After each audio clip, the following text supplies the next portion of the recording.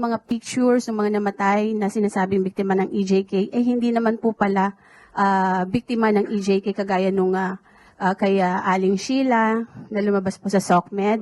Ang anak niya ay namatay under this administration kay Pangulong Marcos. Yun pong kay yung sa isang doktor, yung father niya, sabi po EJK, hindi naman po pala EJK. Ano po ng government dito kung inaano din po natin itong mga fake news na ito? Opo. Pwede po ba din nating aksyonan yung mga ganong na sinasama po sila dun sa kaso against former President Duterte, pero in fact hindi naman po pala totoo yung mga yon. Siguro sa dami-dami po ng fake news na lumalabas ngayon, makakatulong po ang media. Lalo na po ang mainstream media. Tayo na po ang magsabi kung alam niyo po na peke ito. Kayo na po mag-fact check. Kayo din po ay pinaniniwalaan dahil may kredibilidad din po kayo. So kung ano po yung lumalabas na fake news, magtulungan po tayo para sa bayan po ito. Dapat din po nating ipaalam sa taong bayan na lahat ng lumalabas ng mga fake news na ganyan ay dapat na maputol. So hindi naman po para si EJK, pati po yung mga fake news na lumalabas pabor kay dating Pangulong Duterte, sana po ay bigyan din po ng pansin ng media.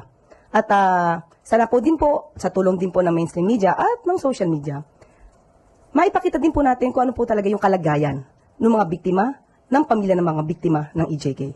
Hindi lamang po tayo tutuon kay dating Pangulong Duterte dahil po ang mga biktima po ng EJK ay Filipino rin po. Pero ito po yung mga biktima ng EJK na sinasabi ng under the previous administration po.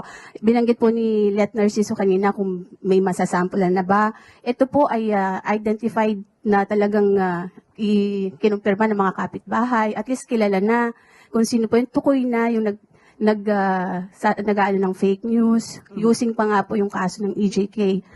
Hindi ba tayo gagawa ng aksyon ng gobyerno or ang PCO since kayo po ay very active sa paglaban sa fake news? Siguro po uunahin natin mismo yung mga unang nagsalita ng fake news. So uunahin pa ba natin si former ES Medialdea? Kaya sabi ko po kanina ay pag-aaralan po muna.